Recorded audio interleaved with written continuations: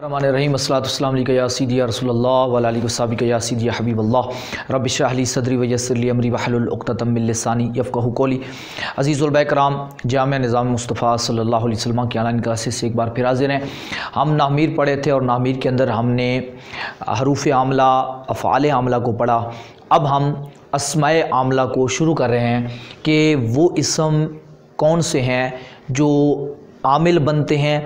عمل کرتے ہیں، اور کون سا عمل کرتے ہیں۔ جس طرح کہ ہم نے افعال کے بارے میں پڑھا، افعال تو سارے ہی عامل ہوتے ہیں، یہ ہم نے وہاں پہ بات پڑھی تھی۔ اور حروف میں سے عاملہ بھی ہوتے ہیں اور غیر عاملہ بھی ہوتے ہیں۔ عاملہ تو ہم نے پڑھ لیے ہیں سارے جو حروف عاملہ ہوتے ہیں، غیر عاملہ کو ہم آخر میں پڑھیں گے۔